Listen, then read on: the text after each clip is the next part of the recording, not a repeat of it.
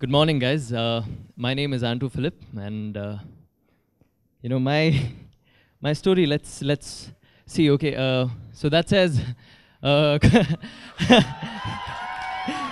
all right, all right. So let's just look at it this way. So it says college dropout, failure in studies. Wow, a laughing stock. All right, a laughing stock is and a hard worker. Yeah, I mean that's what I think I was. Rejected by every single girl. Well, you know what's even funny, right? This is not my story. All right. So, to sell a story, you have to like say, hey, listen, I'm a college dropout, and I've like had the craziest life, and everyone probably laughed at me. I was thrown out of my class, and let's not even get to the part where the girls reject you. All right. So this is not my story, and I will tell you why. My story is a little different. I still haven't dropped out of college. I'm writing an exam tomorrow as well. So, yeah, I'm very much a student in college, and failure in studies, definitely not. I have, maintained an average mark scale in my career throughout. I've been a very average student in college and school all throughout my life. And laughing stock, I don't think I was, like ever a laughing stock. I mean, I hope so. But, that's how my life was. And, I'm not even going to talk about the part of being rejected by girls and just like leave it at that. So this is where my story is. And I'll just tell you, all right. And I'll just tell you where it all started. I think that's the first time I was ever put on stage by my mom, and I was selling fish. So I go on stage and I start saying, mine, mine, mine, all out loud with all the energy, and looking at my mom and saying, Mom, I made you proud, right? So that's the first time I ever went on stage, and I think that's where it all started for me. I'm just like hoping that was the first thing, because I started selling fish for that first time. And like I said, school life was a pretty normal life. I did something that every school student would do. My life is, when I'm going to share my story, it won't be any different from your story. I'm just you guys. I'm going to be just like you guys, and I'm going to tell a story just in another way that you guys will be thinking of a story, all right? So my school life was pretty normal. I did schooling in Christ School. I was a very normal student. I was the captain of school. Got done with school, just joined another, PU college. Surprisingly, that was Christ Junior College. So, so I joined Christ Junior College. I was a student. So this is exactly how I thought the first day of Christ Junior College. So I'm coming from school to college. So the gates, the Christ College University gates are there. So I stand behind. I'm walking through. I walk inside, and I see 15,000 people walking into the same campus. All right. So I walk into the same campus. I think the first block was called the auditorium block, like how we have this block. This is the IEM auditorium block, if I'm not wrong. So we had the Audi block in Christ. So I walked in. And sat in the auditorium in one corner of the auditorium. I'm like, how the hell am I going to survive in this place? I thought it's going to be really hard for me as a person to make a difference and to be seen out in that crowd. And what's surprising was every, college has like 3 kinds of people, right? So I walked into college, and there's obviously, hey, hi man, what's up? How do you think you're doing, huh? I know I got like a very cool swag in me, and I'm like the stud of this place. Just like, like follow me, and I'm like the shit, So that's the first kind of person. And then you have the second one, right? So the second one is like sitting right there in that corner, very confused. Oh my God, what's happening? Where am I? Where am I? All these people are so different. Oh God, I definitely want to go back to my school. Like, take me already. All right. So that's the second person. And then we all know this third person, like who would probably sit in the first bench and say, "Ma'am, you didn't check the homework." All right. So we all have these 3 kinds of people in college. So I call it the stud, the confused one, and the very focused one. I mean, 3 of them are perfectly fine, and you'll see these characters in every class in every college. So I was the confused one. So I sat in the corner of the auditorium. I was really confused. I was definitely not the, like the guy who went and said, hey, come follow me. I was not the guy who sat in front and said, ma'am, check my homework. So I was this guy who sat there and was wondering, oh my God, okay, listen, this place is 15,000 people. Okay, I'm in a college which has people from different schools coming with different baggages as their thoughts, different things that they're doing. Probably the toppers of different schools, they have a very focused life. and what am I doing here? I said, okay, cool, let's go with the flow. I want to see what I want to do in life. And then eventually my college life was just as normal as it could get. I took part in various activities. I was a very proactive kid, per se. I went and took part in many of the activities in college. I always told people, listen, I really liked speaking on stage. I think I call the microphone my biggest companion, because I think when I get the microphone, I have the power to say anything, right? So that was the best thing in me. So I wanted to go on stage and start speaking. And then once I got a chance to go on stage, MC for an event, so that's why I said you guys should go sit, because you guys are going to be standing for way too long, and then you're going to be like, oh, what's happening? So that's exactly what happened to me. I started hosting different events, went to different parts of, different colleges, different parts of Bangalore, started hosting events. Good fun, good life. I even started a band back then. It was called Atma. In fact, the funny fact is, Sahas was one of my judges when I was in PU. So I don't even think he remembers this. So yeah, so I was on stage, trying to perform a little bit here, there, trying to do something different. Okay, I'm not the confused one anymore. I want to make it to being the stud, right? So that was the goal then, right? Like, I want to do something that's really cool. And okay, cool. So this is what happens. There's 3 parts to my story. The first part is being a student. The second part is the entrepreneur. And the third, being a musician. All right? So I'm a very, very, very normal musician. I know to play like probably 10 chords properly. I can like move on stage very nicely to make sure everyone's looking at me and like, yeah, I'm playing the best chords, yeah. And then you have to like, keep your legs aside and then stand. Otherwise, like, they think you're not a good guitarist. So, all right. So, so these are the tricks of the trade. So I was a very, very, very substandard musician. I could sing, but as a guitarist, I was just as any other guitarist. So I figured I could never audition to a band and get into the band. So I started my own band. All right. So that's how I started my band. It was called Atma, and we played Indian music. And 5 years later, even now, we exist. And the band recently got featured in a Sprite ad, and we are now all over YouTube.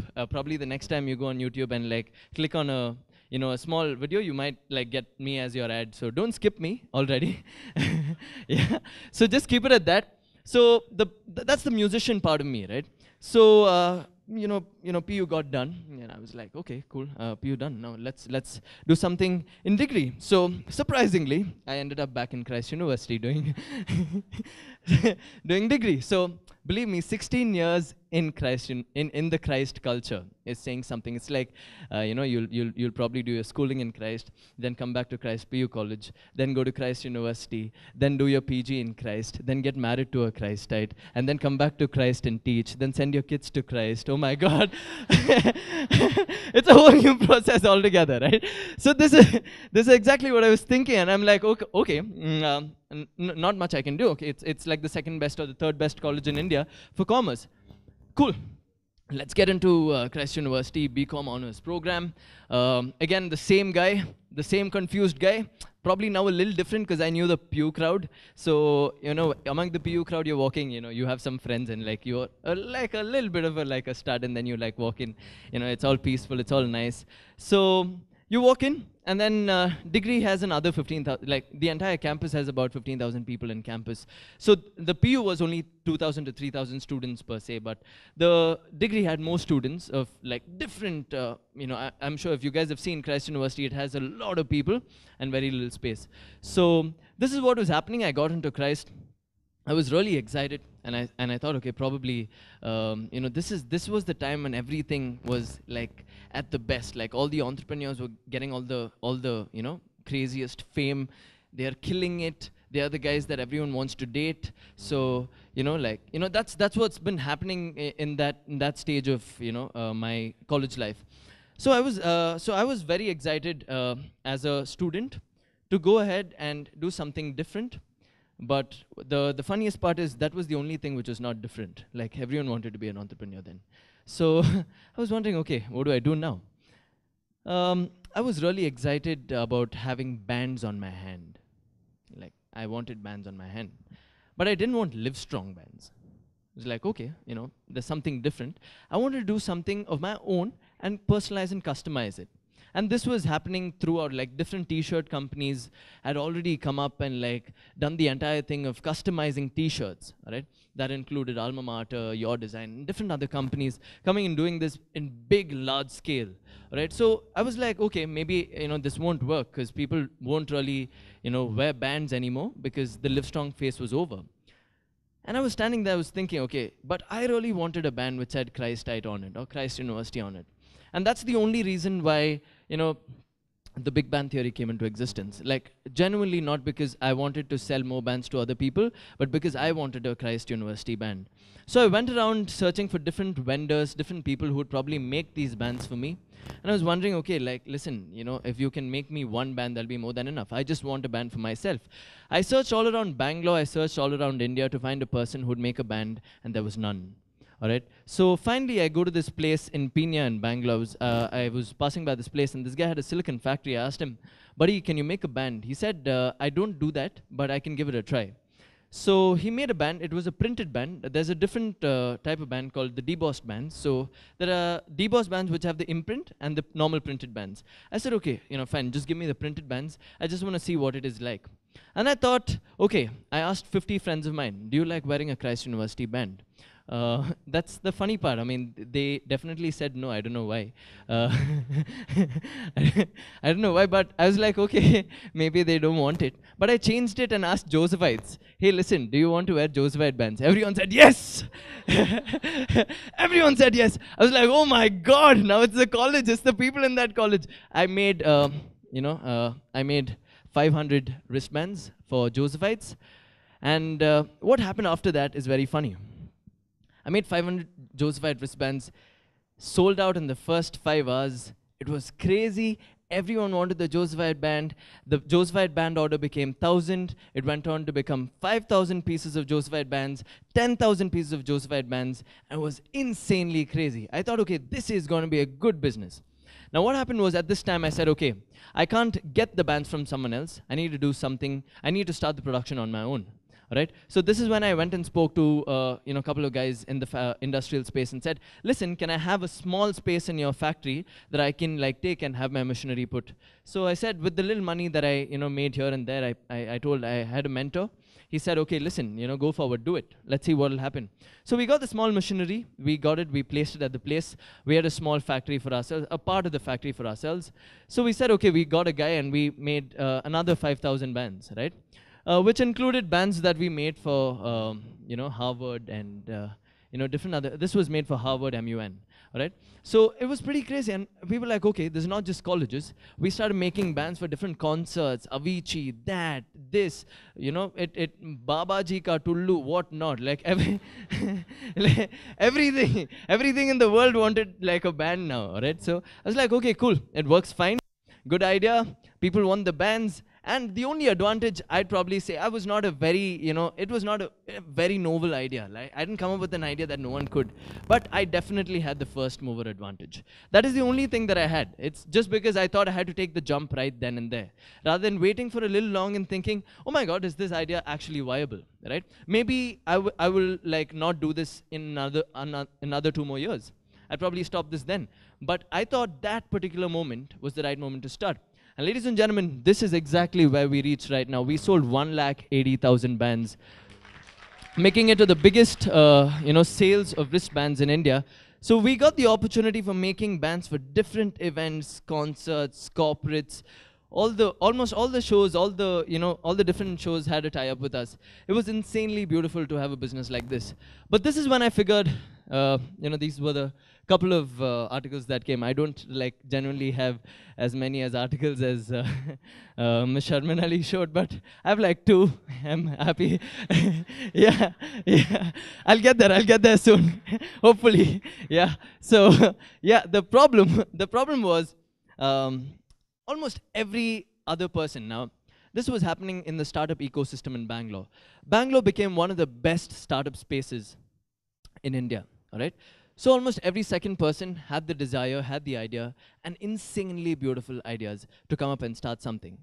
Now the problem was, when you are going to be an under 25 entrepreneur, you're taken very less seriously, right? So when you go and say, listen, I started up something, this is what my idea is, all the good uncles, like the old uncles, they, they'll just look at us and be like, "Hey kid, just get out of my block. What are you trying to do here? Just like go," right? And that's the biggest problem that I faced. Almost every place, everything that we went to, every client meeting that we had, they thought we were kids, right? They thought I was a kid and I didn't have like the ability to do something. Maybe not, definitely I might be at the moment and having fun just for the sake of it, but I definitely had an idea that I thought will like go forward. And these ideas are never taken seriously. And this was one of the biggest problems that I ever faced as an entrepreneur.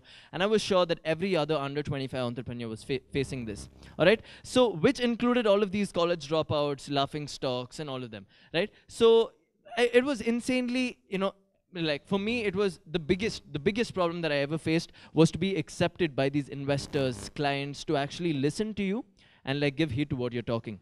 So that is when me and another friend, Shreyans, and we are three co-founders of the Under 25 Startup Summit, me, Shreyans, and Sherwin. So we came up with the idea of starting something specifically for the Under 25 startups. All right.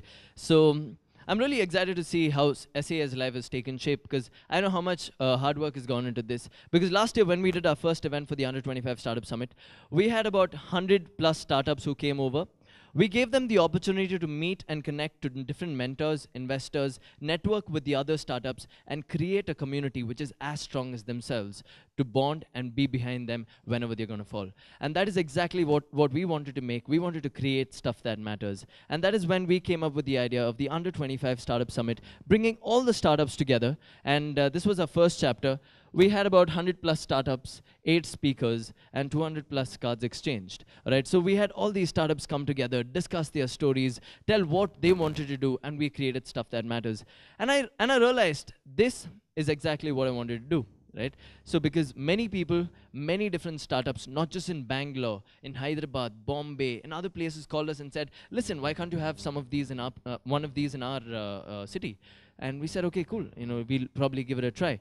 So this year, we are all geared up to have our summit happening on February 22nd. We're going to have 1,000 plus startups, 1,500 plus startups in fact. We're going to have like make it a little different in terms of the kind of speakers that we're going to have. We're going to have a startup showcase to show all the under 25 startups that exist in Bangalore. And that's the mission that we are on. And this is how we started the under 25 startup. This is a solution to a problem that I faced, because I thought every person under the age of 25, probably like some of them, had a big problem of getting out there and reaching the right people. And I thought this one platform, that community will make that difference for every single person. And these are the few fundamentals that I had in my life. I mean, not really big, but I never waited to take the jump. Whenever I thought I wanted, I just jumped. Like, I was standing in front of that pool. I didn't know what was in that pool, but I definitely knew that I had to jump, right? If it was not for that moment, I would have never sold 1,80,000 bands. I would have never started the Under 25 Startup Summit. I know it's ridiculously hard to manage studies and startups together, but it's that joy that you get when you sleep. You're like, yeah, you've done something different. It's that joy when you're studying in college, you can come and speak at places like these. And that's insanely beautiful. And that's what I'm talking about. So, so the second one, wherever I was, whichever college, whichever school that I was in, wherever I went, I always wanted to leave a mark of beauty and excellence. I always wanted that very, very much. Like, I didn't want to like just leave that place as a person who came and left. I wanted to leave a mark. Yeah, that guy. Yeah, that guy was kind of different. That guy had a smile on his face, stuff like that. And that was a big difference for me, because I didn't know how else I could make a difference. I wanted to leave a mark of beauty and excellence to every single place that I went to. I wanted to see a smile in everyone's face when I left. And that's precisely what I was like working on. And, every step taken, this is one of my favorites. Every step taken is a step in itself, right? You take that step, you don't know if you're going to win or lose, but you are up to a change, and you're going to be that change that you want to see. And this is the best step that you can take, ladies and gentlemen. Go forward. Don't worry about what's going to happen next, because you've taken that step. That step is going to get you somewhere. And that's what I thought, and I always believed. And finally, I'm on a mission to create stuff that matters, and I invite all of you to be a part of that mission. Thank you so much, ladies and gentlemen.